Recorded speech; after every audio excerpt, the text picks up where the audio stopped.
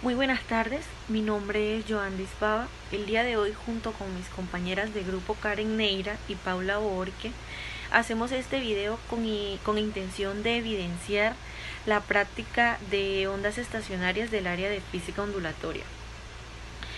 Como definición tenemos que una onda estacionaria es una onda en la que el patrón general no parece moverse. Para que se forme una onda estacionaria en una cuerda, la condición básica que debe cumplirse es que ambos extremos de la cuerda estén completamente fijos sin moverse en ningún momento. Como introducción, queremos calcular los diferentes patrones de comportamiento de una onda estacionaria, donde mediante datos obtenidos de un simulador procedimos a graficar resultados con un margen de error muy mínimo de 8 armónicos. Los objetivos de estas prácticas son identificar las ondas estacionarias y el estudio de cada armónico, esto con el fin de lograr resultados favorables en la realización de cada uno. Mediante una aplicación se evidenciarán los diferentes comportamientos de las ondas, esto con diferentes cambios de frecuencia, de longitud y de tensión. La velocidad teórica es de 60, al igual que la velocidad experimental, y el margen de error es 0.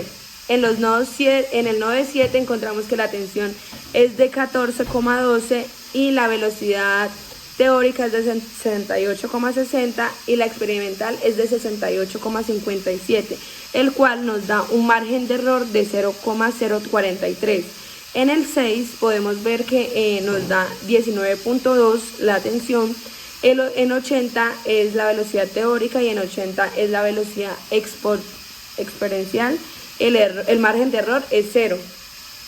En el 4, que es la menor, nos da la tensión en 43,22, la velocidad teórica en 120, 0,3 y la exponencial en 120. Igual el margen de error es de 1200.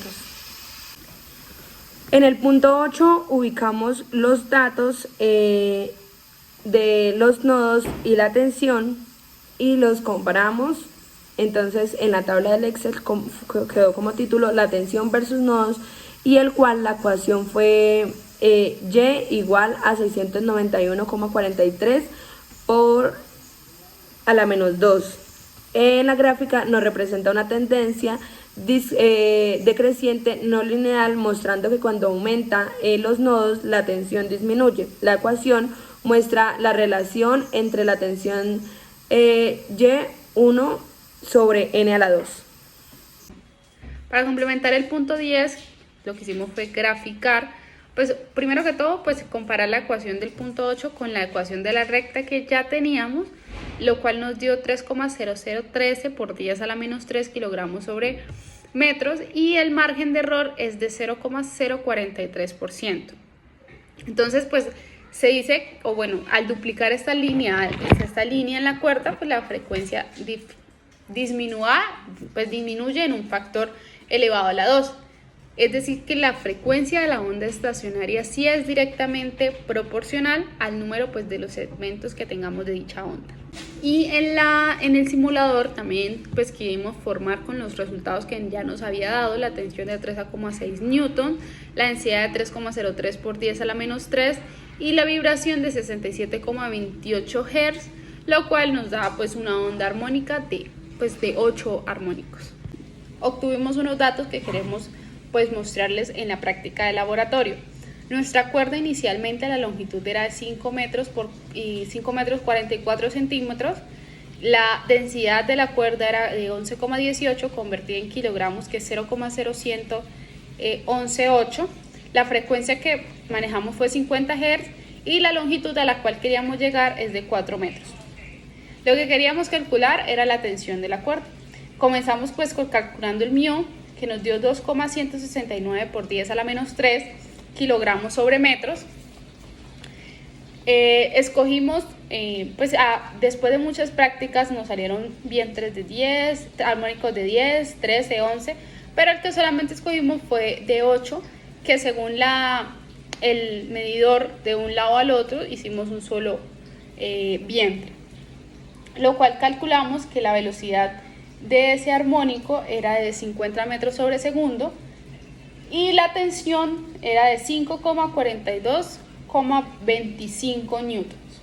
Eso quiere decir que tratamos de demostrar en la tabla, en la aplicación, esa misma frecuencia, esa misma densidad, esa misma longitud, esa misma tensión, lo cual no tuvimos un resultado de movimiento, ningún armónico ni ningún movimiento en la cuerda, lo cual dedujimos que de pronto no tenía la tensión necesaria, porque entre menos densidad